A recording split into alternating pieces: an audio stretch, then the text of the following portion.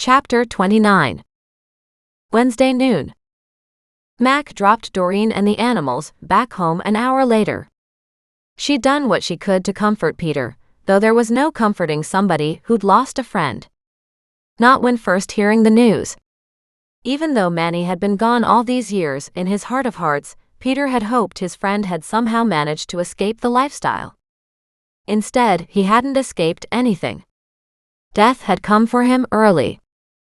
As Doreen hopped out of Mac's truck and went to shut the passenger side door, she looked up at Mac and said, "Let me know the details on her death, please." With all the animals out of the way, Mac backed the truck down the driveway and headed to work.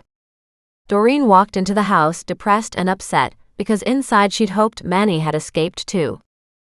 As she walked into the living room and shut the door behind her, her phone rang. "Nan." "Hey, Nan." "What's the matter?" Nan asked sharply. "Nothing. It's just a depressing morning." "Oh dear, what's wrong?" "Nothing. I can't really talk about it right now," she said. "It's just more talking to homeless people, and you know how that lifestyle causes all kinds of hell for the families." "You know what you need?" Nan said. "Some fresh banana muffins." Doreen chuckled. "Nan, I think you're trying to get me fat every time you think I need something. Whether good or bad, it's always food." "Nothing wrong with that," Nan said. "Bring the animals down here so I can cuddle them, and let's have some tea and muffins." Then she hung up on Doreen, not letting her protest. Doreen looked down at Muggs, who was sprawled at her feet, and at Goliath, who was still on his leash, and asked, "Do you guys want to go see Nan?" Muggs looked up at her, his ears lifting as much as his ears could lift because they sure didn't lift much. Then he woofed. On the other hand, Goliath just stared at her with his gleaming cat's eyes, while Thaddeus said, "Nan? Nan? Nan?" She looked at him and asked, "You want to go see Nan?" "Thaddeus wants Nan." "Thaddeus wants Nan," he squawked and did this real stiff-legged walk up and down her shoulder. Doreen chuckled and said, "Okay, at least one of you said so." She walked out the kitchen door, leaving her purse behind and resetting the alarms, then headed to the creek where she'd started her day. She left the leash and harness on Goliath, thinking it might be a perfect opportunity to get him to behave himself a little more. It wasn't that she wanted to keep him tethered, but she wanted to keep him safe. Not that they necessarily meant the same thing, but at least it was something. She didn't rush to Nan's. Doreen was still depressed after the talk with Peter. It was good news about Manny from a closure point of view, but it was a double-edged sword, of course. And seeing Peter's grief so real and so unfettered had been disturbing. At this initial point, nothing anyone could say would make him feel better. He now had to face a reality he had tried to deny for a long time. By the time Doreen made it to Nan, she'd worked herself into a better mood. She walked across the stepping stones, watching her step. And when she hopped onto the patio and looked up, Nan gasped in astonishment as she studied Goliath. "You've got him a harness," she said in delight. "What a great idea." "I don't think he thinks so," Doreen said with a chuckle. Just then, Goliath walked over to Nan, went up on his back legs and meowed at her, as if to tell her what a hard day he'd had. Nan crouched down in front of him and gave him a really good loving. "You're such a handsome boy," Nan said. "And you look mighty fine in that harness. The color is great for you." Doreen raised an eyebrow. It was a brown harness on a golden cat. It was hardly a color combination that was unusual. Still, the little voice Nan was using had the intended effect, and Goliath was purring and rubbing through her arms and butting up against her chin, as if he'd not seen her for weeks and weeks.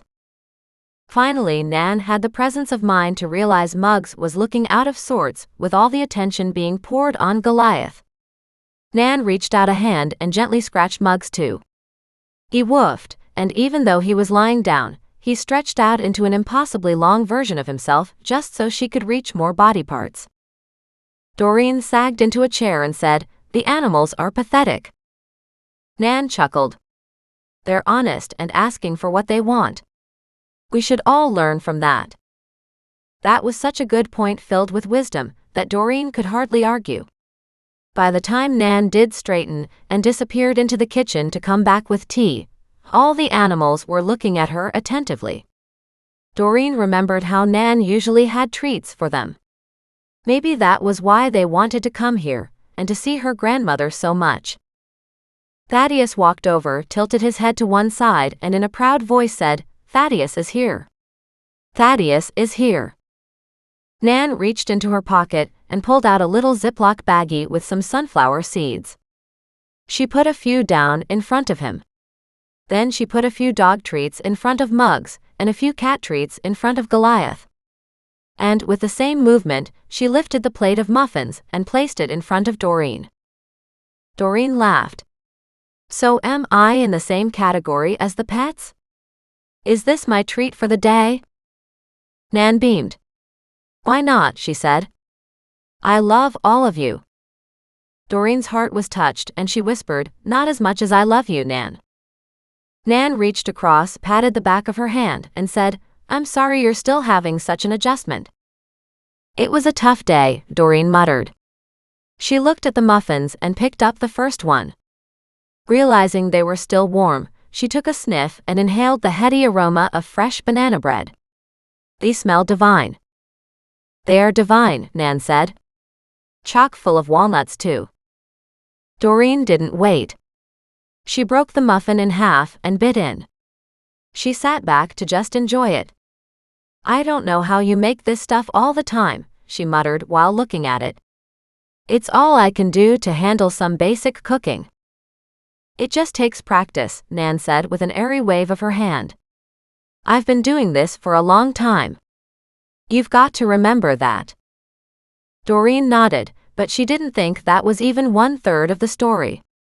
There was just something about the ability to walk into a kitchen and to create something magical.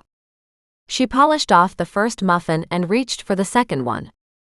As she took a bite, Nan poured her tea for her. Then Doreen realized she'd been devouring the muffins so fast it was almost rude.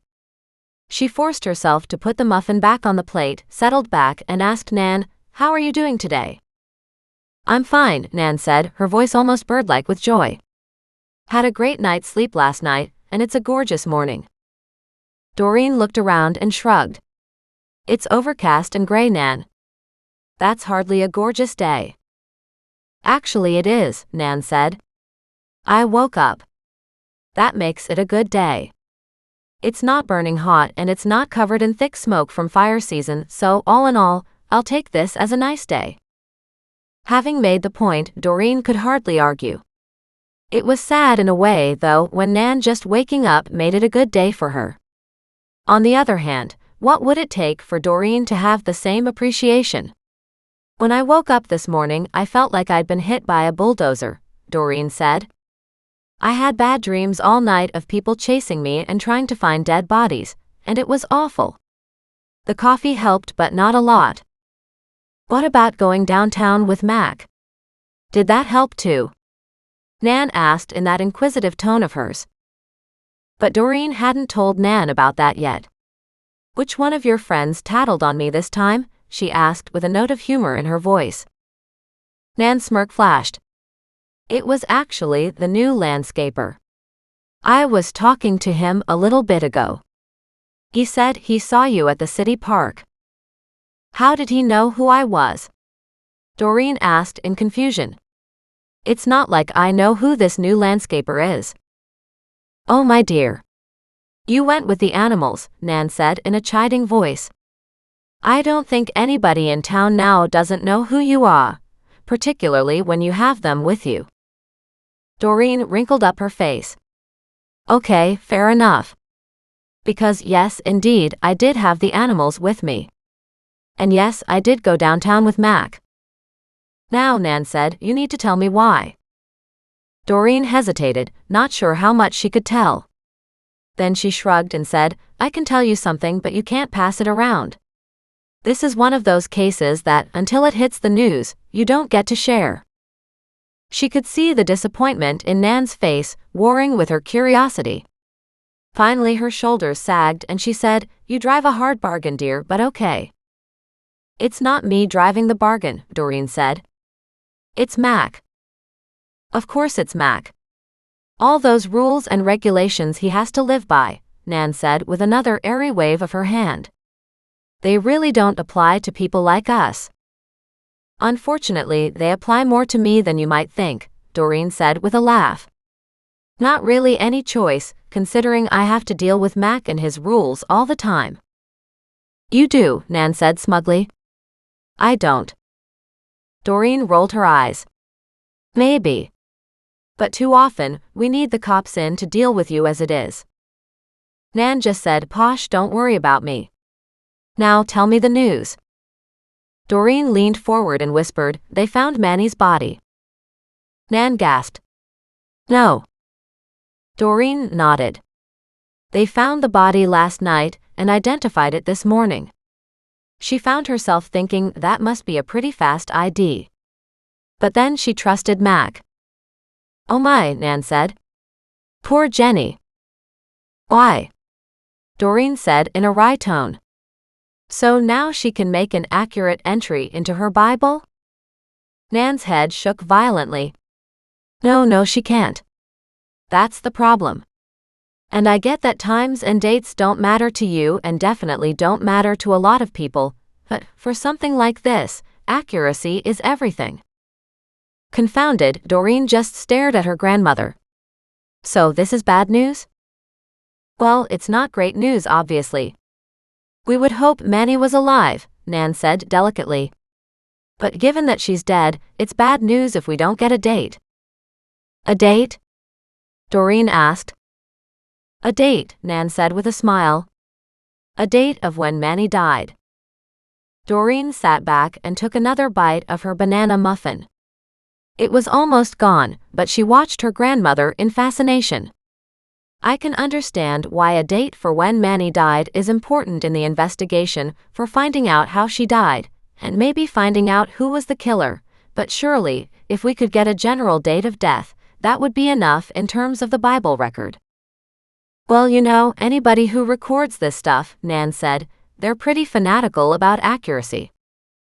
"In that case," Doreen said, popping the last bite of muffin into her mouth and chewing before she said more, "Jenny might just have to wait until the police can finish their investigation." Nan nodded slowly. "She won't like that. But I do understand, dear. You can't help it if you don't know."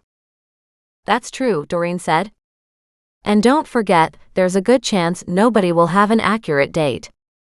It's not like there's ever these messages on a dead body, saying they were killed on such and such a date."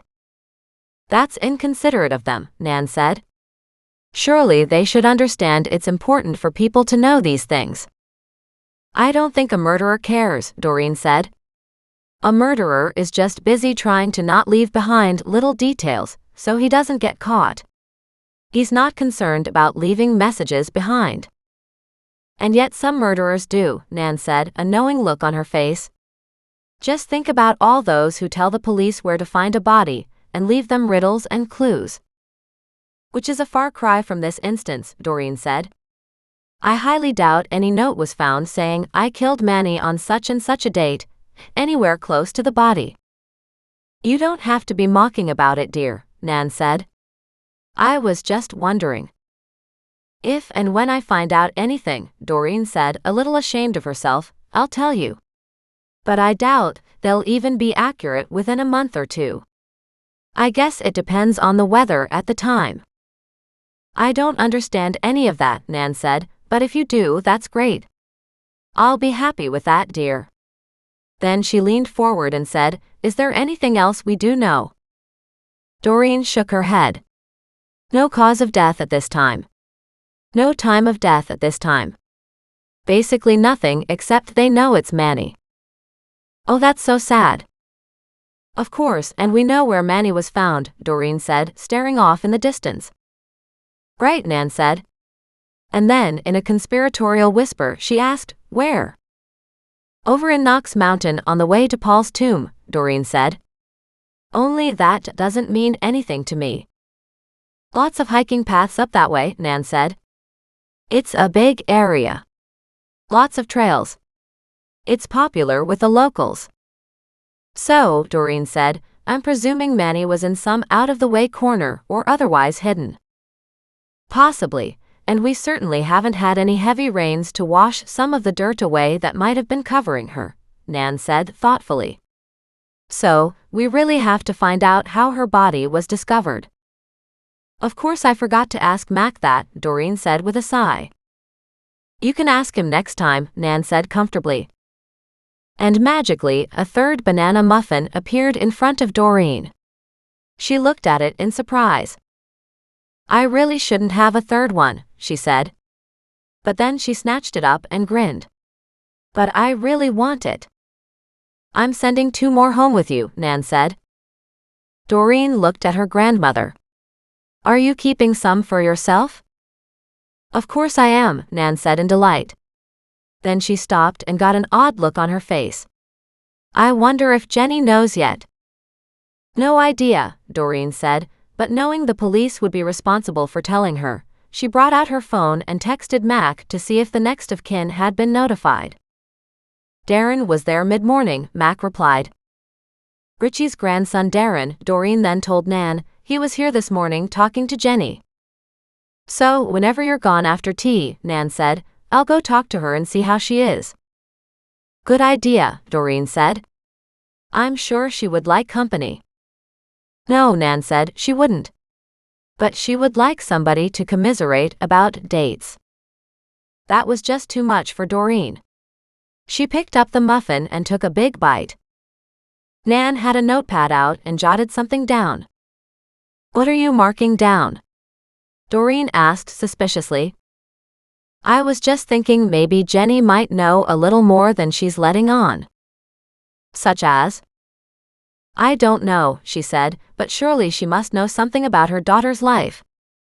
It's Manny's life around the time of death that we really need to know about, Doreen said. Who he might have been friends with, who he might have had jobs with, and of course I'm using the term jobs loosely. Nan nodded. It's a tough lifestyle, but I thought there was a time when the two of them communicated. She stared thoughtfully at the pad of paper, tapped her pencil on it in frustration, and then said, I just can't remember. If you ask Jenny, she might remember, Doreen said comfortably. Nan put her pencil down and said, very true. No point in trying to rack my brain to pull out some information that just doesn't want to be found. When Doreen got up to leave, Nan packed up 2 muffins for her and handed them to her. Thanks, Doreen said. Then she gave the tiny woman a gentle hug and headed home.